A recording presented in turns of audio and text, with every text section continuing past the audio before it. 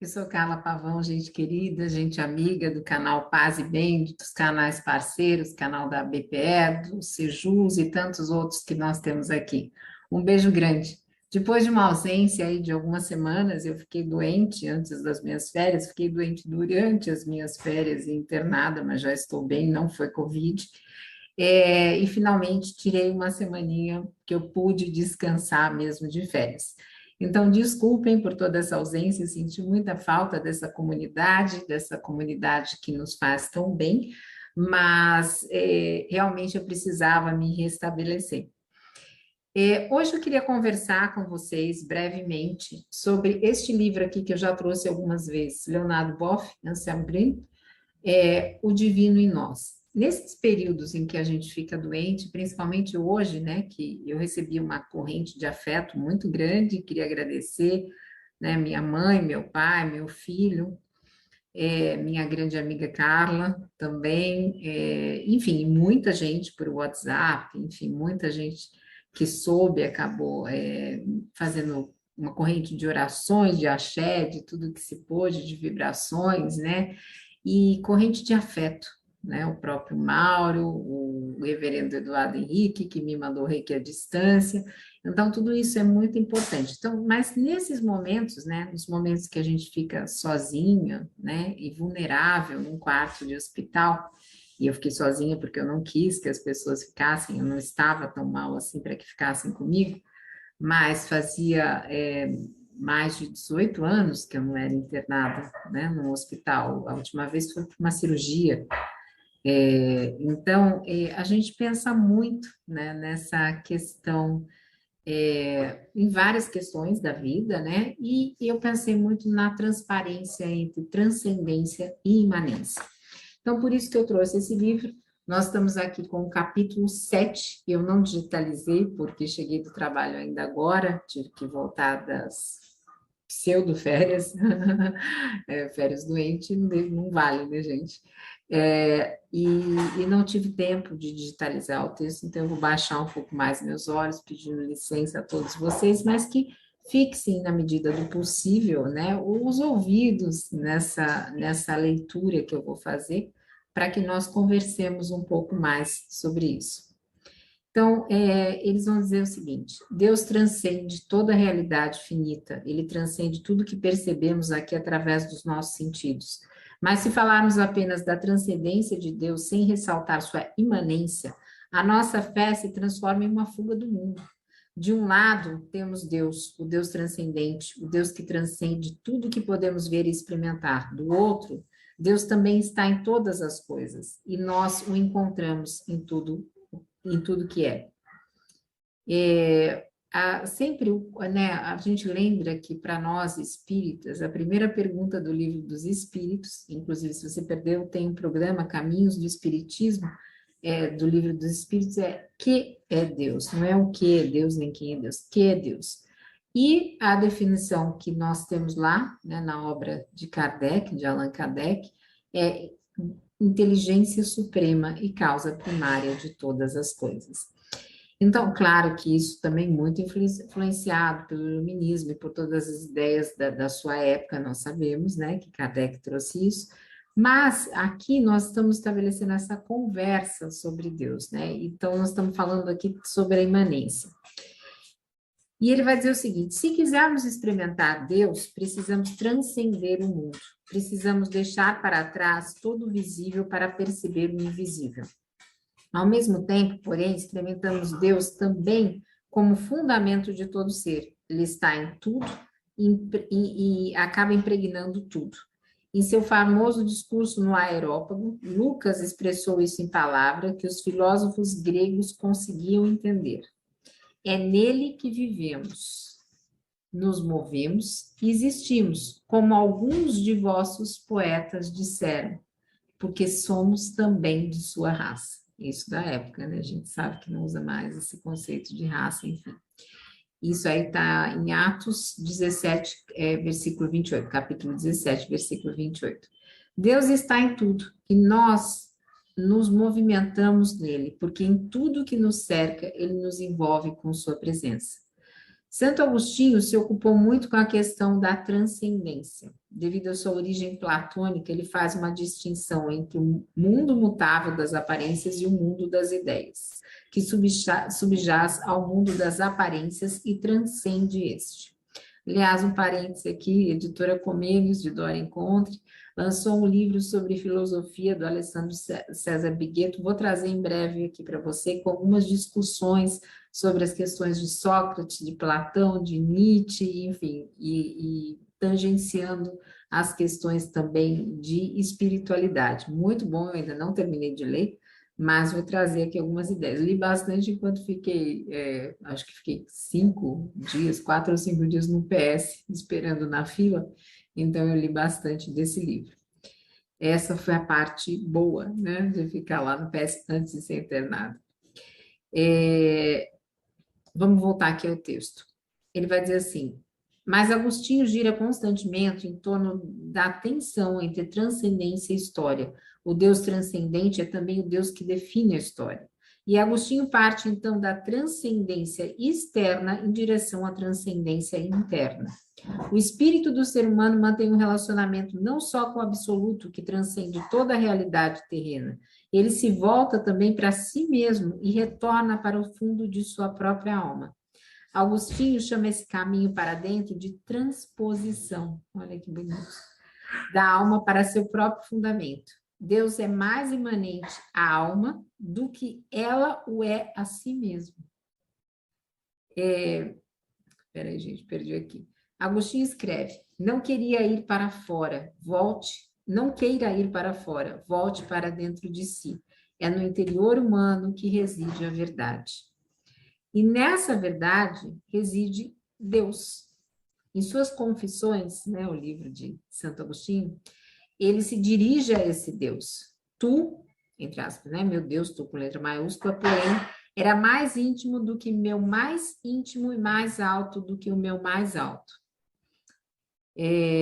Toda a ambição de Agostinho visava transcender todo o visível e também os próprios sentimentos e pensamentos para alcançar aquele espaço no qual reside o próprio Deus. Mas Agostinho afirma que esse espaço interior não é um espaço, nós podemos apenas designá-lo como tal. Deus não reside em um lugar, ele é sem lugar. E, de novo, aqui Boff vai citar as confissões. Agostinho pergunta a Deus: onde então eu te encontrei para poder conhecer-te? Pois ainda não estivesse em meus pensamentos antes de te conhecer. Onde então te encontrei para te conhecer, senão em ti mesmo acima de mim? E em lugar algum existe um lugar. Nós nos afastamos, nós nos reaproximamos, mas em lugar algum existe um lugar. Ó verdade, tu estás em toda parte para todos os que pedem teu conselho. Então, todos esses pensamentos sobre transcendência aparentam ser uma fuga do mundo. No entanto, as aparências enganam, né? A beleza de Deus se derrama sobre o mundo. E Agostinho contempla o mundo com os olhos da fé. Ele reconhece Deus em tudo. Deus reside em tudo. Mesmo assim, as coisas remetem a algo que as transcende. Elas remetem a Deus que se encontra além de todas as coisas. Em suas confissões, Agostinho descreve essa travessia que transcende o mundo sobre o ponto de vista. Peraí, gente, estou pulando a página. Sobre o ponto de vista de sua beleza interior. Atravessamos aos poucos o mundo interior, o céu, a terra, o sol, a lua, as estrelas, os pastos da verdade, o passado e o futuro, as águas, os polos do mundo, a alma, os sonhos, as proclamações da imaginação, a língua da carne, a voz dos anjos, o trovão das nuvens, o enigma do mistério. E silenciosamente tocamos Deus com a elevação plena de nosso coração. Poético, bonito. Então, para Agostinho, Deus representa o desafio de transcender a si mesmo e ao mundo e, ao mesmo tempo, mergulhar profundamente neste mundo e no próprio interior para reconhecê-lo no íntimo da alma e em todas as coisas deste mundo como aquele que pode satisfazer todos os nossos anseios mais profundos. Se você perdeu no sábado, o, o Paz e Bem de Dó Encontre, que ela chama de poesias, boas palavras, poesia e reflexão, acho que é isso. Ela fala sobre Deus. Então volta lá e dá uma olhada. Talvez essa necessidade de se falar sobre Deus também venha da fragilidade humana quando nós nos sentimos doentes, porque muitas vezes naquele estado que está até difícil a conexão com Deus, né? A gente faz oração, mas muitas vezes o corpo já está tão ruim que a gente não sente, né, essa transformação, salvo se você tiver nessa interiorização que ele cita aqui. Então, ele vai dizer o seguinte, nos anseios mais profundos, certo? Nosso anseio é incendiado pela beleza do mundo, pela beleza da música, mas nosso anseio transcende o mundo. Quando entramos em contato com o anseio, também entramos em contato com a nossa alma. Assim, o ser humano é, em sua natureza, um ser que vive e se envolve completamente com este mundo, mas que, ao mesmo tempo, o transcende com o seu anseio em direção a Deus e ao íntimo do espírito no qual habita nele. E é uma busca de sentido que acaba fazendo sentido quando a gente encontra esse Deus, né? Talvez seja um caminho bastante existencial para quem tem essa fé bastante viva, essa questão. Aí ele vai dizer, os pensamentos de Santo Agostinho sobre a transcendência me fascinam, mas eu ressaltaria um pouco mais a imanência de Deus. Ele está em tudo que é na matéria, nas plantas, nos animais e nas pessoas. Deus é o fundamento de todo ser. A teologia chama isso de panenteísmo, que é diferente do panteísmo, que acredita que tudo é Deus. O panenteísmo, por sua vez, não identifica a natureza com Deus, mas acredita que Deus está em tudo. Mesmo assim, ele é diferente de tudo. Se eu tivesse que dar uma resposta às declarações de Santo Agostinho, diria que o objetivo de minha vida não é transcender este mundo, mas tornar-me permeável para o Espírito de Jesus. Aqui, claro que Jesus, para os católicos, é Deus, diferentemente dos espíritas, né? E também dos evangélicos. O que almejo é a transparência. Quero que o amor de Jesus transpareça em minhas palavras, em meus atos, em todo o meu corpo. Para mim, a palavra de Jesus sobre o olho como luz se tornou uma imagem para a transparência. Ele diz, o teu olho é a lâmpada do corpo. Se o teu olho for sadio, simples, todo o corpo ficará iluminado. Se for doente, mal, também o corpo estará no escuro. Cuida, pois, que a luz que está em ti não seja escuridão, porque se todo o corpo estiver iluminado e não houver parte escura, todo ele brilhará como uma lâmpada quando te iluminar de vivo esplendor. Lucas capítulo 11, versículos de 34 a 36. Os meus olhos revelam se eu sou transparente para o Espírito de Jesus, para a sua luz, para seu amor.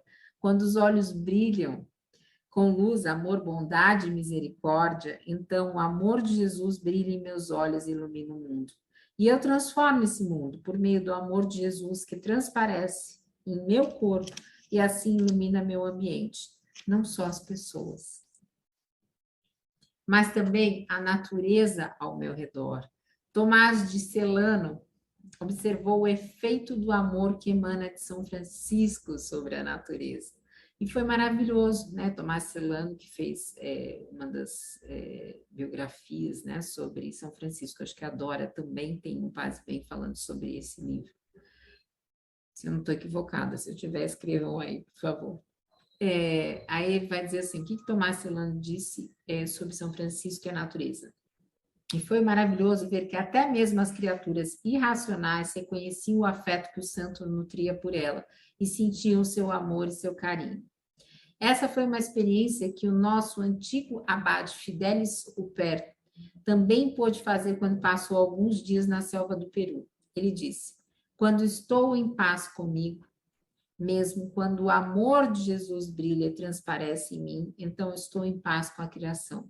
Nesse momento, os animais selvagens não me ameaçam. A lenda do lobo de Gúbio, que acompanhava São Francisco pacificamente, pode ser perfeitamente verdadeira. Os animais selvagens percebem quando as pessoas emanam algo do Espírito de Jesus. Cria-se, então, uma união entre cosmos e ser humano. Não é apenas o ser humano que é transparente para Deus, mas o cosmos inteiro. Teilhard de Chardin, nós temos aqui vários Paz e Bem, do Mauro Lopes, da Dora Encontro, falando de Teilhard de Chardin, do Faustino, né, para quem não viu. Teilhard de Chardin, o místico e pesquisador francês, fala não só da transparência do cosmos para o amor divino, ele cunha também o conceito de diafania, que descreve como Deus transparece no universo. O amor de Deus transparece em tudo, na matéria, nas plantas, nos animais e nos seres humanos. Teilhard defende uma mística cósmica que começa com, agora eu vou ler um texto de Teilhard de Chardin, o brilho da matéria, que de todo modo imperceptível se transforma no ouro do espírito para finalmente se manifestar no fogo de algo universal e pessoal. Tudo isso é impregnado, animado e preenchido pelo sopro da união e do feminino. Ó, feminino aí. Dias mulheres virão, gente. Eu descobri isso por meio do contato com a Terra, a transparência do divino no coração do universo ardente. Que bonito. Em sua juventude, o ponto de partida de Teilhard foi a devoção de sua mãe ao Sagrado Coração de Jesus. E isso me lembra também minha madrinha, que apesar de espírita, tinha um quadro enorme do Sagrado Coração de Jesus na sala dela. Mas ele transforma essa piedade aplicando ao cosmos. Para o jovem Teilhard, o Sagrado Coração de Jesus era o fogo capaz de penetrar tudo, de se transformar em tudo, de invadir o ambiente cósmico para amorizá-lo. Ele afirma que o cosmos inteiro é impregnado do amor do Cristo e que ele é transparente para esse amor. Ele também fala do amor com o qual devemos amar o cosmos. O nosso amor ao cosmos o transforma cada vez mais em direção ao Cristo. Ele conecta no processo de deificação todas as paixões movedoras da Terra.